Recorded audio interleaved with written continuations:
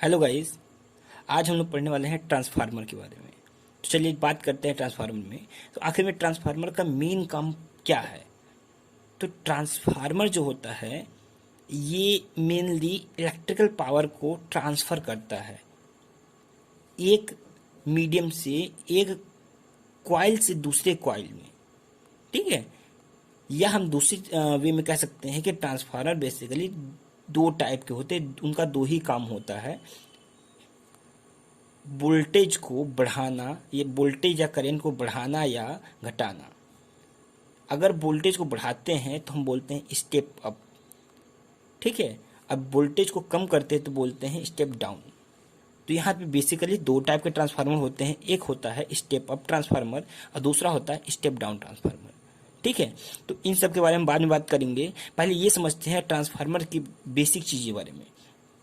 देखिए, एक ट्रांसफार्मर जो होता है उसमें होता क्या है कि ये हमेशा कांस्टेंट पावर और कांस्टेंट फ्रीक्वेंसी पे काम करता है।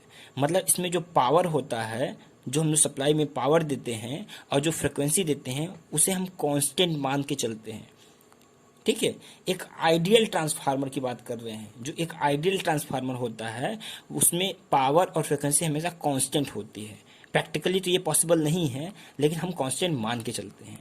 ठीक है, अब जो एक नॉर्मल ट्रांसफार्मर जो है, एक अच्छा ट्रांसफार्मर होता है, उसकी जो इफिशिएंसी होती है वो करीब 90 से 95% होती है इफिशिएंसी, जो एक अच्छे ट्रांसफार्मर की इफिशिएंसी जो होती है।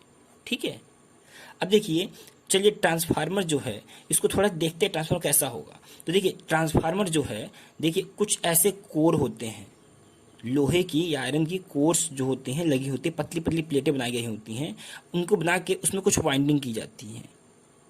ठीक है, कुछ ऐसी वाइंडिंग होती है।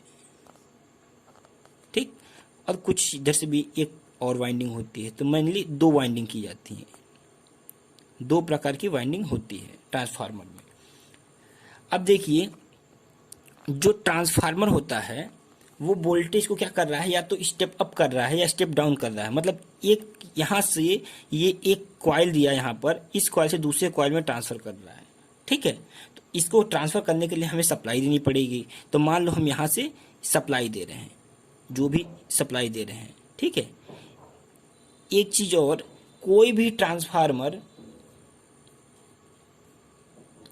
ट्रांसफार्मर सिर्फ एसी पे ही काम करता है।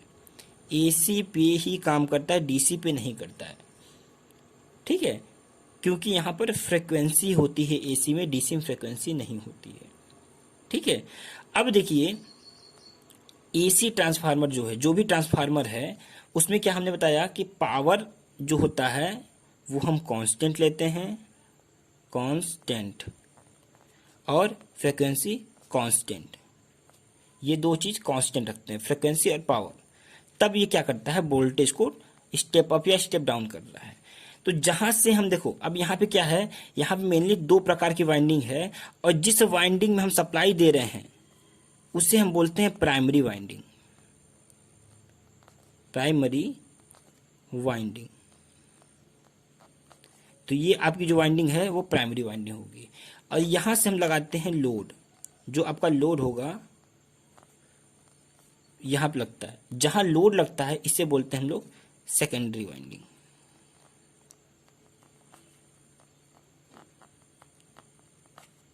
ठीक है, तो यहाँ पे ये आपका हो गया सेकेंडरी वाइंडिंग। ये आई मीन ये सेकेंडरी साइड है, वाइंडिंग आपकी ये है, ये सेकेंडरी वाइंडिंग है। ठीक है, तो यहाँ ध्यान दीजिएगा, ये आपकी वाइंडिंग है, ये आपका प्राइमरी वाइंडिंग, ये आपकी सेकेंडरी वाइंडिंग। अब यहाँ पे होगा क्या कि यहाँ से जो हम सप्लाई देंगे तो यहाँ पर कुछ वोल्टेज आता है, इस पॉइंट पे कुछ वोल्टेज होता है। ठीक, और कुछ वोल्टेज जो हमने दिया है यहाँ पे होता है। ठीक, अब यहाँ पे जब वोल्टेज आएगा तो यहाँ का वोल्टेज और कुछ वोल्टेज यहाँ पे भी मिलता है हमको। ठीक, तो ये जो हो रहा है प्रोसीजर आखिर में कैसे हो रहा है, इसको जानने के लिए आपको पता होना चाहिए फैराडे लॉ। ठीक है, तो फैराडे लॉ हमने पहले भी डिस्कस किया था एक बार फैराडे लॉ के बारे में। फैराडे लॉ, अब ये देखिए, फैराडे लॉ जो है इलेक्ट्रोमैग्नेटिक इंडक्शन फैराडे लॉ जो है वो क्या है, ये बेसिकली दो टाइप के होते हैं, दो टाइप के थे, first law, second law. First law में क्या है, फर्स्ट लॉ में हमने ये पढ़ा था कि जब किसी मैग्नेटिक फील्ड में अल्टरनेटिंग मतलब परिवर्तीय चुंबकीय क्षेत्र में जब किसी अल्टरनेटिंग मैग्नेटिक फील्ड में किसी कंडक्टर को रखा जाता है तो क्या होता है, उस कंडक्टर के टर्मिनल्स पर एक ईएमएफ प्रोड्यूस हो जाता है, एक विद्युत वाहक बल प्रोड्यूस हो जाता है, उत्पन्न हो जाता है। तो ये आपका कहता है फैराडे पहला लॉ। क्या हो रहा है, जब किसी मैग्नेटिक फील्ड में मतलब नॉर्थ हमने रखा, ये साउथ रखा, ठीक, यहाँ नॉर्थ से साउथ मैग्नेटिक फील्ड लाइन जा रही हैं, इसके बीच में कोई कंडक्टर रखा हमने, तो क्या होता है, इन कंडक्टर के टर्मिनल्स पे एक ईएमएफ प्रोड्यूस हो जा रहा है। ठीक है, जो ईएमएफ प्रोड्यूस हो रहा है इसे बोल रहे हैं, ये जो लॉ बोला गया था ये पहले लॉ में बोला गया था। ठीक है, तो इसे हम कहेंगे फैराडे का फर्स्ट लॉ। लेकिन यहाँ पर क्या है, यहाँ पे नॉर्थ साउथ जो दिखा हुआ है ये साउथ नॉर्थ अल्टरनेटली चेंज होने चाहिए, हमेशा बदलते रहना चाहिए। अल्टरनेटिंग मतलब अगर आपका कंडक्टर स्टेबल है तो आपका मैग्नेटिक फील्ड जो है वो अल्टरनेटिंग होना चाहिए। अगर आपका मैग्नेटिक फील्ड स्टेबल है तो आपका कंडक्टर मतलब घूमते रहना चाहिए। ठीक है, मूवेबल होना चाहिए, अल्टरनेटिंग मतलब मूव करना चाहिए, तब जाके आपके फ्लक्स में चेंज होता है, और फ्लक्स चेंज होने से ईएमएफ प्रोड्यूस होता है।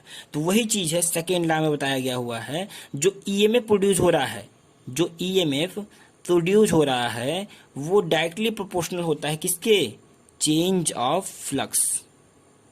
The rate of change of flux is directly proportional to EMF. ठीक है, जो आपका EMF is directly proportional to the rate of change of flux, मतलब यहाँ पर जो आपका ईएमएफ है वो फ्लक्स में परिवर्तन की दर पर निर्भर करता है। ठीक है, तो अब देखिए यहाँ पर हमने इतनी चीज समझी कि कैसे यहाँ पर ये Faraday first law second law. अब इसमें एक चीज और आपको बताई गई थी इंडक्शन के बारे में, तो इंडक्शन हमने पढ़ा था। इंडक्शन में हमने दो चीज बताई थी आपको, एक बताया था सेल्फ इंडक्शन और दूसरा बताया था म्यूचुअल इंडक्शन। अब यहाँ पर ये सेल्फ इंडक्शन म्यूचुअल इंडक्शन के बारे में थोड़ा डिस्कस कर लें। तो मान लीजिए कि एक कॉइल है, ठीक, अब इसमें हमने सप्लाई दी, एसी या डीसी को सप्लाई दे रहे हैं, तो इसमें क्या हो रहा है, फ्लक्स प्रोड्यूस हो रहा है। इसमें जब करंट फ्लो हो रहा है तो इसमें फ्लक्स प्रोड्यूस हो रहा है। ठीक है, फ्लक्स प्रोड्यूस हो रहा है, तो यहाँ पे जो फ्लक्स प्रोड्यूस हो रहा है यहाँ पे इंडक्शन हो रहा है, इस इंडक्शन को हम बोलते हैं सेल्फ इंडक्शन। ठीक है, अगर इस कॉइल की वजह से एक दूसरे कॉइल में इंडक्शन हो रहा है, ठीक है, उसे बोलते हैं, मान लो इस कॉइल की वजह से इसमें भी इंडक्शन हो रहा है, इसे बोलते हैं म्यूचुअल इंडक्शन।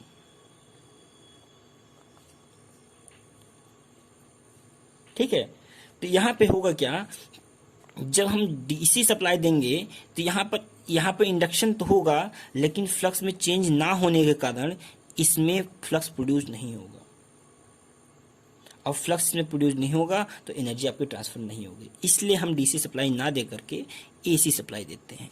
जब एसी सप्लाई देंगे तो इसमें इंडक्शन होगा तो यहाँ पर ये अल्टरनेटिंग नेचर का होगा। एसी क्या होता है, अल्टरनेटिंग नेचर का होता है, टाइम के साथ में चेंज होते रहता है।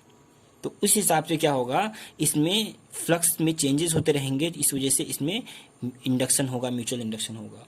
ठीक है, तो इस यहाँ पर हमने क्या देखा कि फैराडे के नियम पर काम कर रहा है, इस सिद्धांत पे काम करता है और इस पर काम करता है। तो आपका ट्रांसफार्मर दो चीज़ों पे ध्यान दीजिएगा, एक फैराडे नियम पे, फैराडे के लॉ पर, और इंडक्शन में सेल्फ और म्यूचुअल इंडक्शन दोनों पे काम करता है। तो ये चीज़ आपको पता होना चाहिए।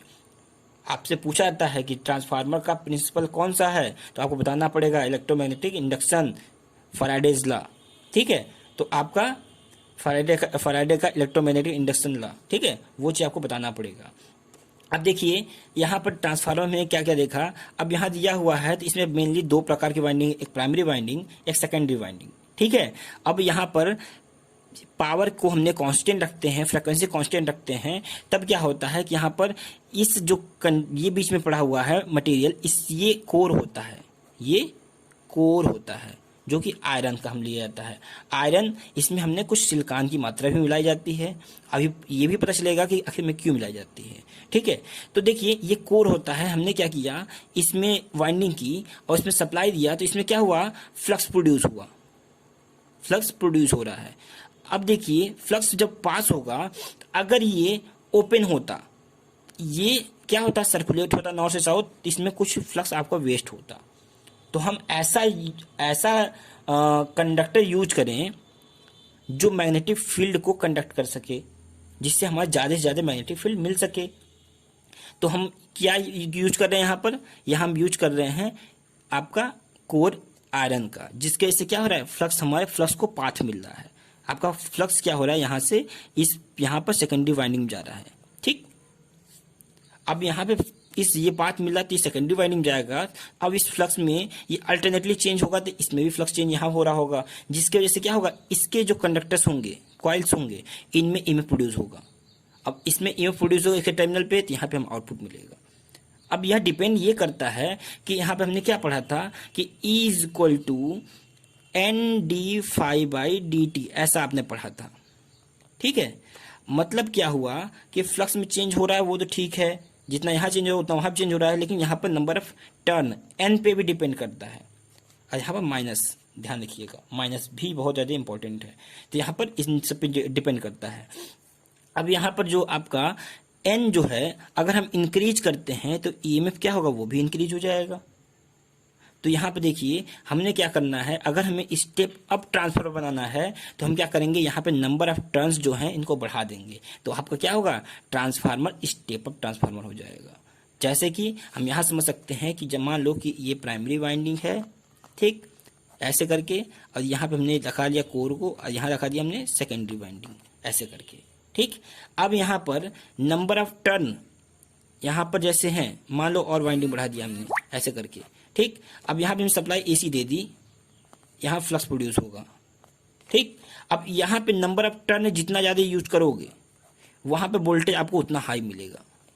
यहाँ पे वोल्टेज कुछ और मिलेगा, यहाँ वोल्टेज कुछ और मिलेगा, यहाँ वोल्टेज कुछ और मिलेगा। इस हिसाब से क्या होगा, नंबर ऑफ टर्न जितना यूज करोगे उसी हिसाब से आपको वोल्टेज मिलेगा। तो आपको स्टेप अप करना है तो क्या करो, नंबर ऑफ टर्न को बढ़ा दो, टर्नों की संख्या को बढ़ा दो। या आप क्या करें, स्टेप डाउन बनाना है तो आप नंबर ऑफ टर्न, मतलब टर्नों की संख्या को कम कर दो। तो यहाँ पे हमारा क्या होगा, वोल्टेज इंक्रीज हो जाएगा, वोल्टेज डिक्रीज हो जाएगा। तो हमें इस प्रकार से हम step up step down transformer बनाते हैं। ठीक है, तो इस प्रकार से चीज़ों को हम समझते हैं। और वीडियो काफ़ी लंबा हो रहा है, तो मिलते हैं हम लोग नेक्स्ट वीडियो में। तब तक के लिए थैंक यू।